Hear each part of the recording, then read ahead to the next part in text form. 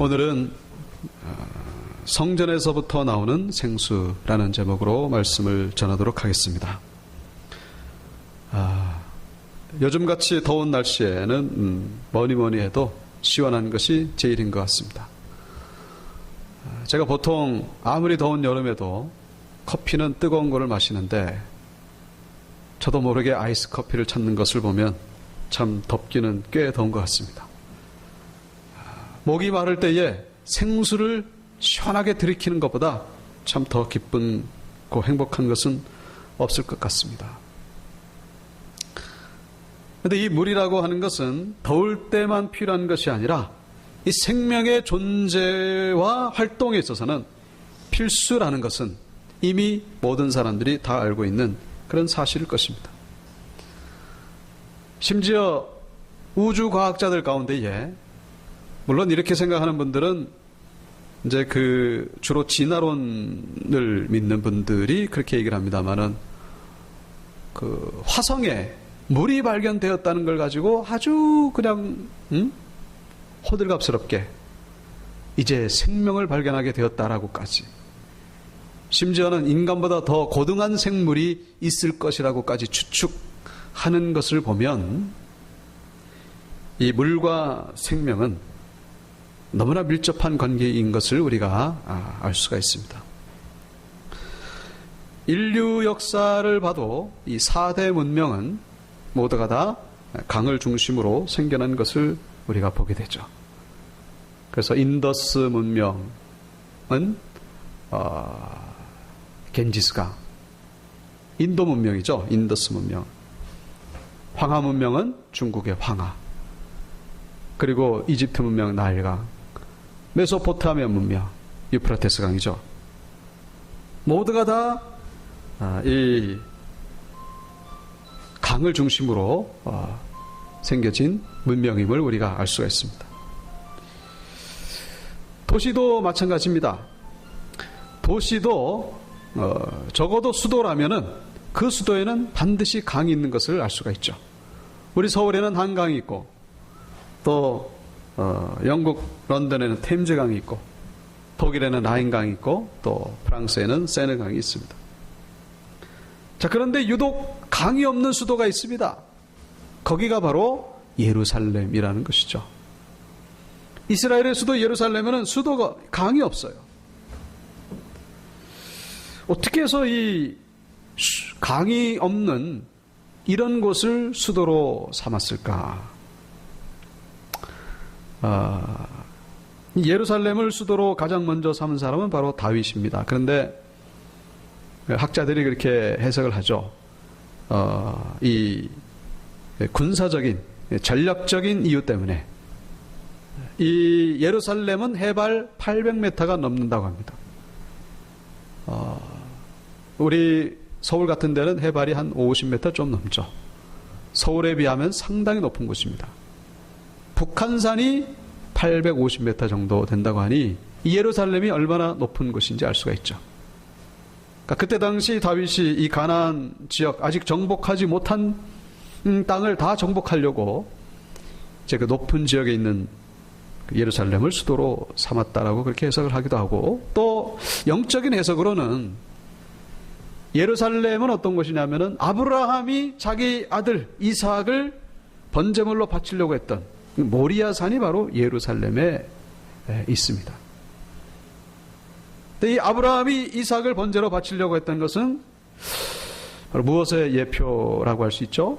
바로 하나님께서 그 독생자 아들 예수 그리스도를 십자가에서 죽게 하신 그 인류 구속의 사건의 바로 그림자, 예고편이기도 하죠. 그래서 하나님의 그 구원 역사를 완성시키시기 위하여 이 예루살렘을 수도로 삼았다, 그렇게 봅니다만은, 어쨌거나 예루살렘에는 강이 없습니다. 물이 없어요. 자, 그런데 오늘 우리가 읽은 본문에 보면은 이 강이 흐르고 있는데, 처음에는 이 성전에서부터 문지방 밑에 물이 조금 보이는가 싶더니 나중에는 이 물이 점점 흘러서 강이 되고 결국에는 바다로 흘러가고 있는 것을 우리에게 보여주고 있죠. 그리고 그 심지어 강 주변에 여러분이 이제 그 앞에 그림이 나옵니다만은 문지방에 물이 보이기 시작합니다. 근데 이 물이 점점 흘러서 이제 강이 되고, 그래서 이 강이 점점 더 깊어지죠? 처음에는 발목, 처음에는 무릎, 그 다음에는 허리, 그 다음에는 헤엄을 칠 수밖에 없을 정도로 아주 깊은 그런 물이 된 것을 우리에게 보여주고 있습니다. 심지어는 강 좌우에 나무들이 있는데 나무들 이파리는 약초가 되고, 그리고 그 열매는 매달마다 새롭게 열리는 열매가 맺힌다고 성경이 기록하고 있습니다. 죽은 바다가 살아나고 수많은 종류의 고기가 아주 풍성하게 된다라고 오늘 본문은 말씀하고 있습니다. 자, 그런데 중요한 것은 오늘 본문에 나오는 이 흐르는 강은 현실적인 강이 아니라 바로 환상 중에 본 강이라는 것이죠. 환상 중에 본 강. 바로 에스겔 선지자가 계시받은 그런 환상에 속에서 본 강입니다. 자, 이 에스겔서가 어떻게 쓰여졌는지 아시는 분은 아시겠지만은, 이스라엘 백성들이 하나님 앞에 범죄함으로 인해서 바벨론 포로로 잡혀가게 됩니다. 포로로 잡혀간 지 30년이 되던 해에 하나님께서 에스겔 선지자에게 환상을 보여주신 것이죠. 그렇게 해서 쓰여진 것이 바로 에스겔 선지서입니다. 포로로 잡혀간 지 30년이 되었다면 이제는 소망이 완전히 끊어진 그런 상황이라고 말할 수 있습니다. 여러분이 그 이스라엘에서부터 포로로 잡혀간 이 바벨론까지는 수천 킬로미터가 됩니다. 걸어서 거의 한 4개월에서 6개월 정도 가야만 도착할 수 있는 그런 거리. 그곳에 가서 30년이 지났습니다. 그렇다면 이제 나라가 회복된다는 것은 이제는 불가능한 일이라고, 절망스러운 일이라고, 그렇게 모두가 다 시리에 빠졌을 때에 하나님께서 에스겔 선지자를 통하여 이 환상을 보여주신 것이죠. 이 환상을 보여주신 이유가 뭐겠습니까? 이 환상의 의미는 한마디로 하나님께서 다시 이스라엘을 회복시키신다는 그런 의미로 우리가 해석할 수가 있는 것이죠. 포로된 지 30년이 돼서 모든 소망이 끊어졌지만은 오늘 본문에 성전에서부터 강물이 흘러나와가지고 죽었던 바다가 살아나고 죽었던 나무와 죽었던 물고기들이 다시 풍성해지는 것처럼 하나님께서 이스라엘 역사를 다시 회복시키신다는 것을 본문을 통해서 에스겔 선지자에게 말씀하고 계신 것입니다. 이 성전에서부터 물이 나와서 강이 되고 생물이 사는 이런 모습을 우리는 성경 몇 군데에서 유사한 장면을 우리가 발견하게 되죠. 첫 번째가 바로 이 창세기에 나오는 에덴 동산의 모습입니다. 에덴 동산에서 바로 저런 모습이 나오고 있어요. 그러니까 에덴 동산에는 강이 몇 개 있죠?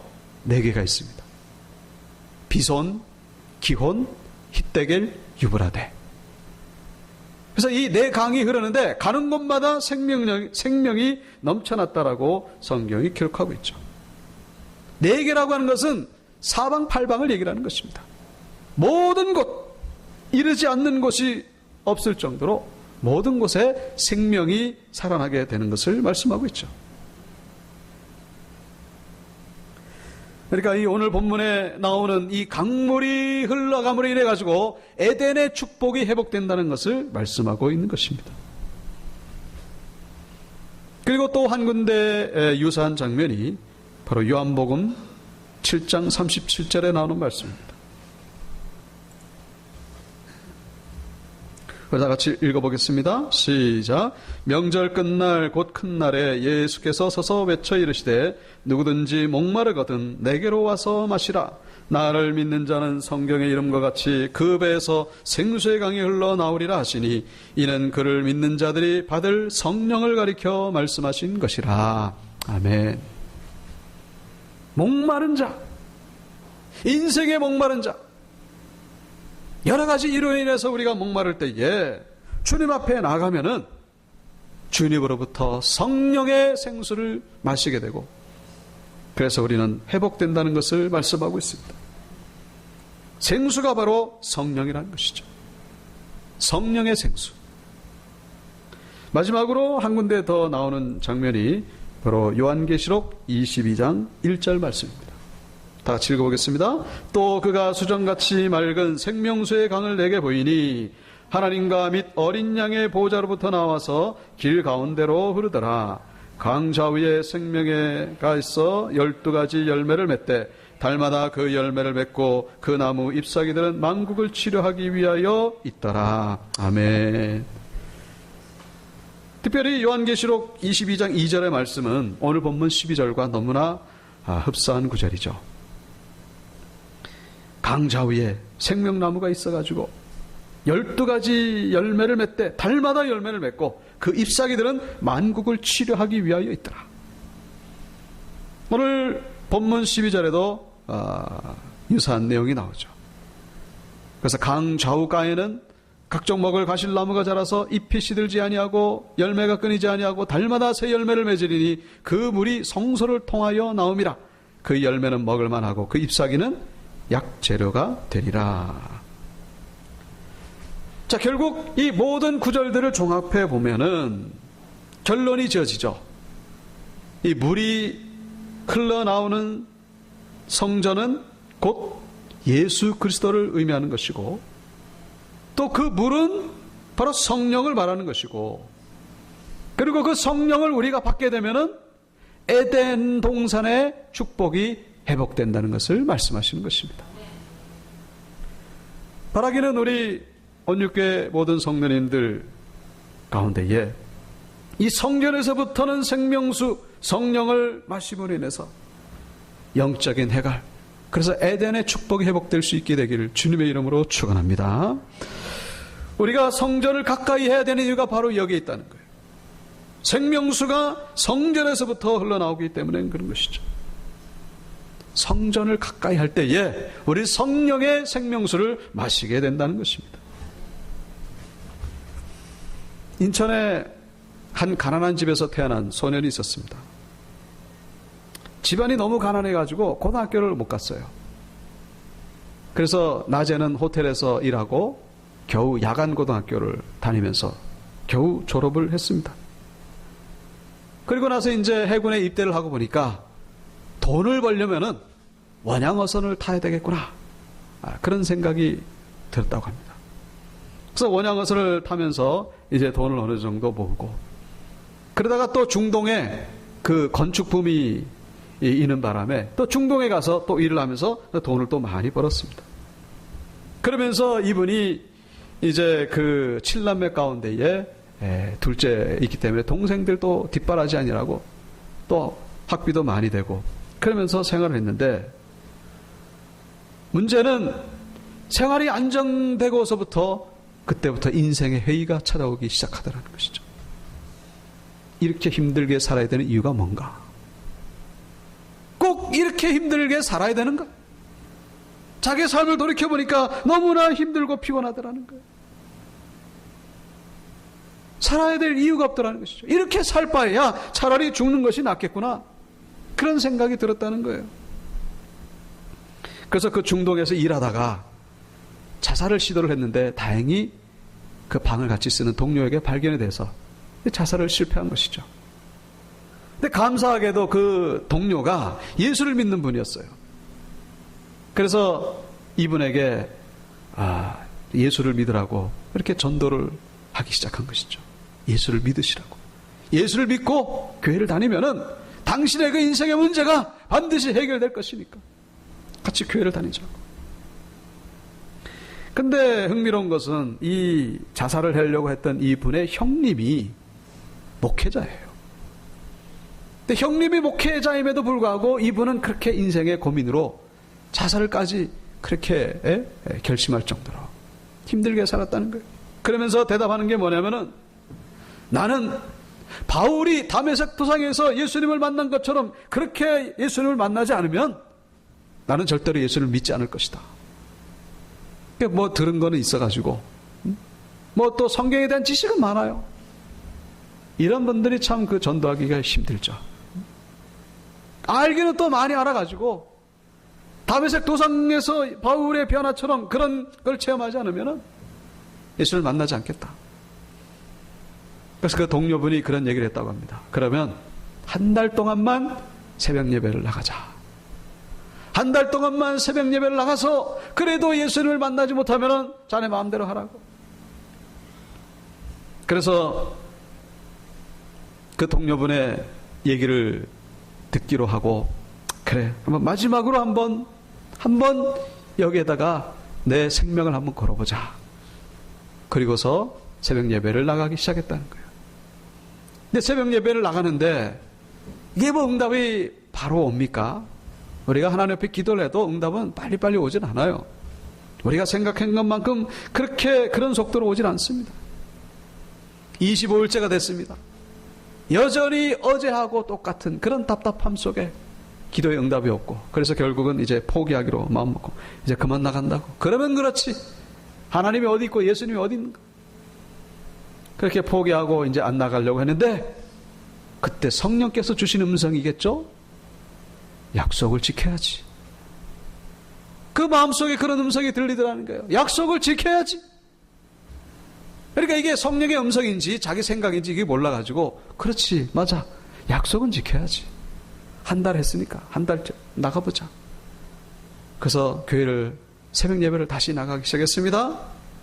그리고 나서 29일째 되던 날, 그때 놀랍게 하나님이 이 분에게 나타나셨던 것이죠. 정말로 바울이 다메섹 도상에서 그 만났던 예수님처럼 환한 광채 가운데에 예수님을 만난 거예요. 너무나 감격하고 너무나 감사하고 너무나 놀라워서 눈물을 흘리면서 하나님 앞에 회개 기도와 함께 하나님 앞에 결단 기도를 드리고 하나님 앞에 그렇게 고백을 했다는 거예요. 하나님, 이제는 내가 어떻게 살아야 되는지 가르쳐 주시옵소서.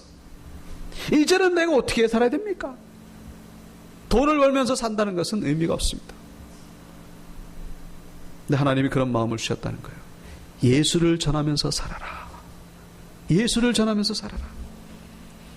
그래서 이분이 결국 한국에 돌아와가지고 신학교에 입학하고 결국은 목회자가 됩니다. 그리고 네팔에 가서 선교사가 됩니다. 네팔에 가서 그 나라에서 운영하는 고아원이 있어요. 가보니까 시설이 형편이 없는 거예요. 우리나라도 옛날에 그 뭐 고아원이 형편없지만 네팔 거기 뭐 오죽하겠습니까? 그 뭐 열 몇 명 되는 고아원을 그걸 인수한 거예요. 이 아이들에게 예수의 사랑을 전하자. 그러면서 거기 가서 아이들을 섬기기 시작했습니다.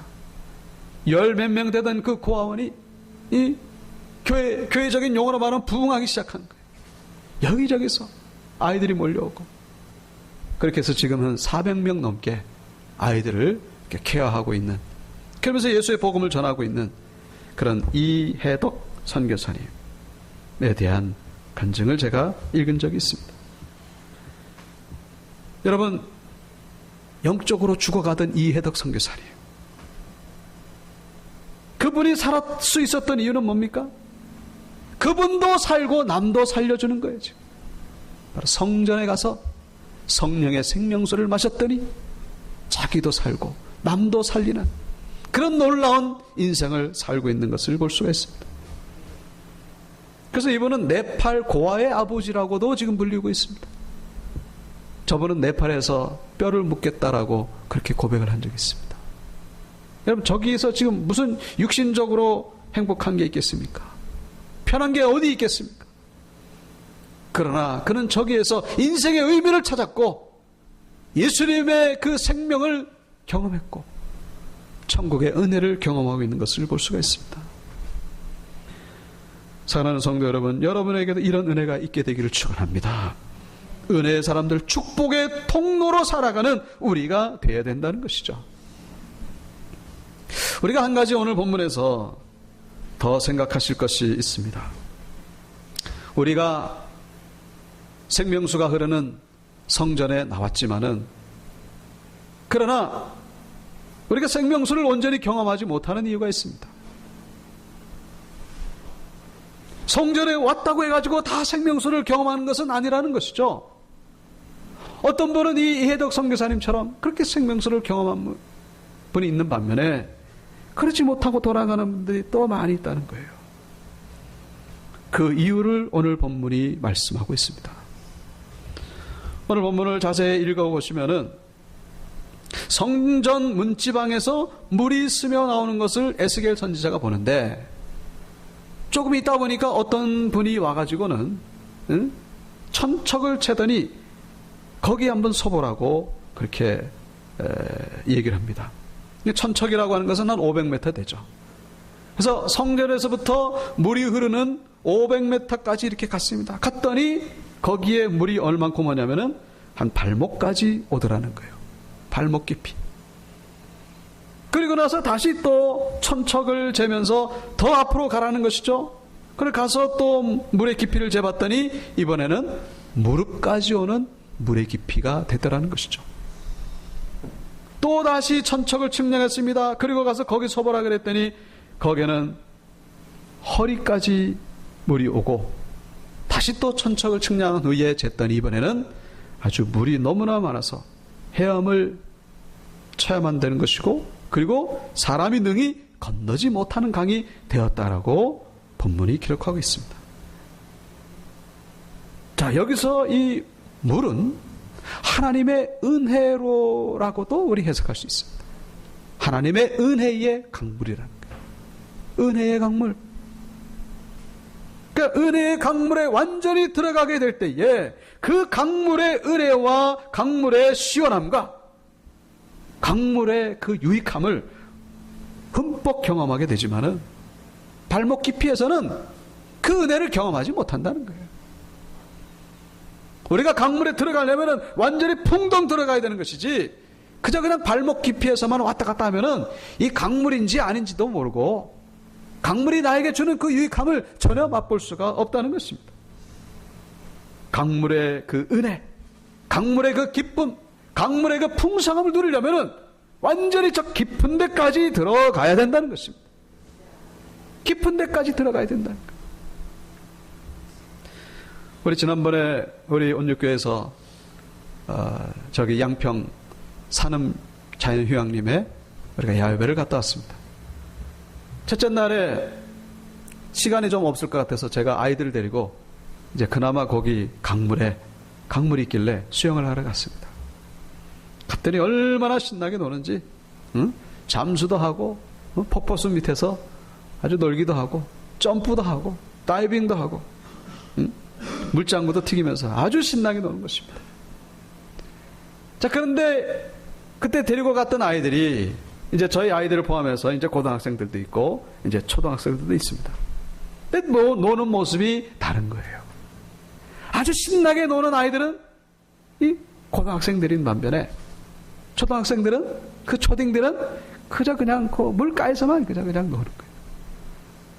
이 초등학생들이 그 형들을 보면서 무슨 생각을 했을까요? 야, 참 나도 저렇게 한번 놀아봤으면, 나도 저렇게 물에 한번 풍덩 뛰어들어서 잠수도 해보고 다이빙도 해봤으면, 부럽기도 하고 두렵기도 하고 아마 그런 생각을 했을 것이라고 제가 생각을 해봤습니다. 아이들이니까 못 들어가는 거예요. 두려우니까.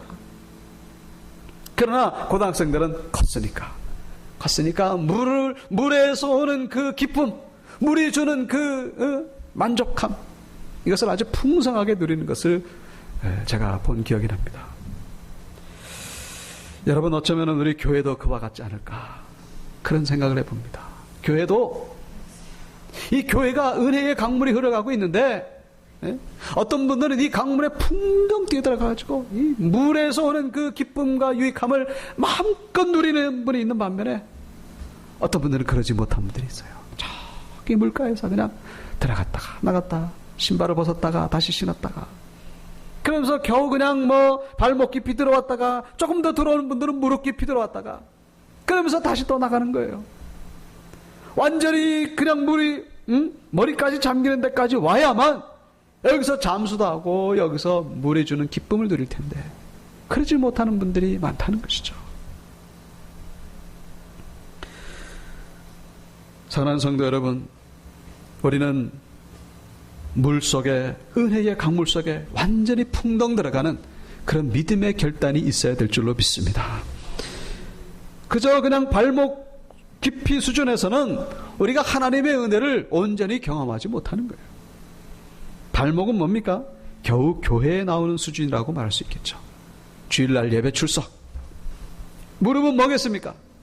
무릎은 그나마 기도하는 그런 신앙의 단계라고 말할 수 있을 것입니다. 조금 더 들어가면 허리입니다. 허리는 뭐가 연상이 됩니까? 바로 진리의 허리띠, 말씀을 붙잡는 신앙이라고 말할 수 있습니다. 점점 깊이 들어갑니다. 그리고 마지막으로 헤엄치는 수준. 그건 뭡니까? 완전히 나의 인생을 모든 것을 맡기는, 내 인생의 모든 것을 맡기는 단계까지 들어가는 것, 그것이 바로 풍덩 들어가는 그런 단계라고 말할 수 있습니다. 성경에 나오는 수많은 우리 신앙의 선배들, 아브라함이 그랬고 다윗이 그랬고 다니엘이 그랬던 것을 볼 수가 있습니다. 아브라함은 하나님 앞에 모든 것을 맡겼죠. 인생의 모든 것을 걸어놨습니다. 하나님께 맡기지 않은 부분이 없습니다. 다니엘도 사자굴 속에서 하나님 앞에 모든 것을 맡겼고, 다윗이 골리앗 앞에서 하나님 앞에 모든 것을 맡겼을 때에 그게 승리의 영광, 기적의 축복이 주어지게 된 것을 볼 수가 있습니다. 사랑하는 온유교회 성도 여러분, 여러분이 성전의 강물에 왔습니다. 여러분 발목 깊이만 들어오지 마시고 완전히 정말로 아브라함처럼 다니엘처럼 풍덩 들어가시면 인해가지고 하나님의 은혜의 강물 속에서 놀라운 하나님의 구원의 은혜와 하나님의 기적의 축복을 경험하는, 성령의 생명수를 경험하시는 저와 여러분들 되시기를 주님의 이름으로 축원합니다.